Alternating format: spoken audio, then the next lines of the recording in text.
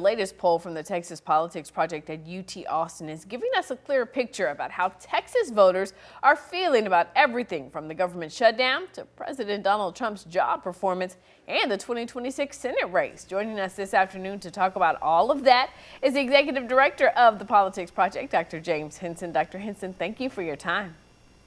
As always, good to be with you, Ashley. Let's start off with, always I ask the same thing. Tell us about your structure, how you conducted this poll. Who did you talk to? When did you talk to them? Yeah, we talked to 1,200 registered voters across Texas, balanced for the proper demographics, the good sample. And we talked to them from October 10th to the 20th, interviewed them over the internet with data collection by YouGov, great company we've been working with for the entirety of the almost 20 years of the poll. The thing on a lot of people's minds is the government shutdown. And you guys had questions about the government shutdown. Talk to us about what you asked and what folks told you. Yeah, I think, we asked a lot of the questions that other people are asking. Probably one most people are interested in, who do people, do they approve of how the key actors are handling it at the federal level? And it turns out half or more of Texans disapprove of how President Trump is handling it, how congressional Republicans are handling it, how congressional Democrats are handling it. Majority disapproval of all of those. But the catch is that if you look at it by party, Democrats and Republicans have a positive view of how their own partisans are handling it. So almost 2/3 of Democrats say they support congressional Democrats. Nearly 3/4 of Republicans say they support congressional Republicans.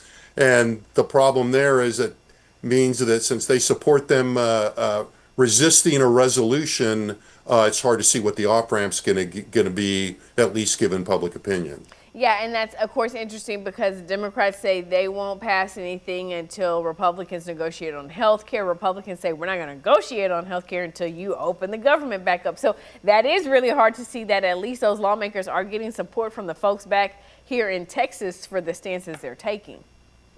Yeah, and I think that's a problem in terms of anybody that wants to see this end.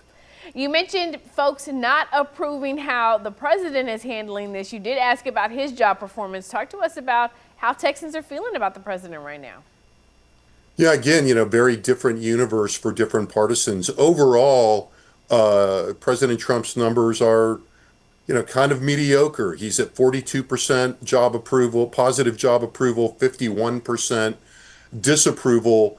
This is sort of, right there in the poorest showing he's had in his second term.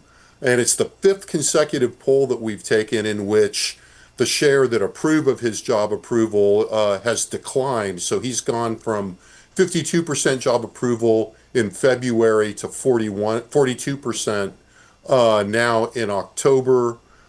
Still, really hanging in there among Republicans. Republicans still supporting him, 82% job approval.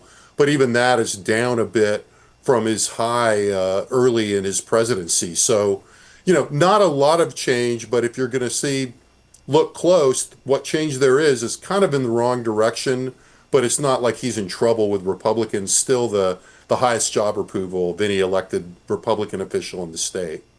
When the president came into office, one of the things he said he was going to focus on was immigration. And one of the things that we saw happen was the Texas National Guard being sent to other states to sort of help with this effort, right? This immigration effort obviously was put on hold by the courts. But you asked Texans what they thought about sending troops to other places. What did they tell you?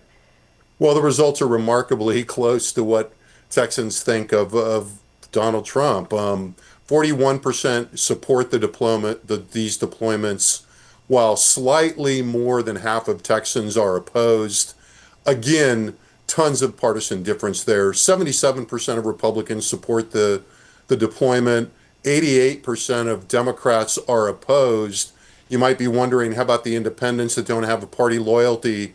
They lean more in an opposing direction. 60% of true independents oppose the deployment, which is, I think, an interesting piece of data from the poll. Yeah, I think that is very important because we know independents are going to play such an important role in the midterms. Speaking of the midterms, we have like 30 seconds left, but I got to get to the U.S. Senate race.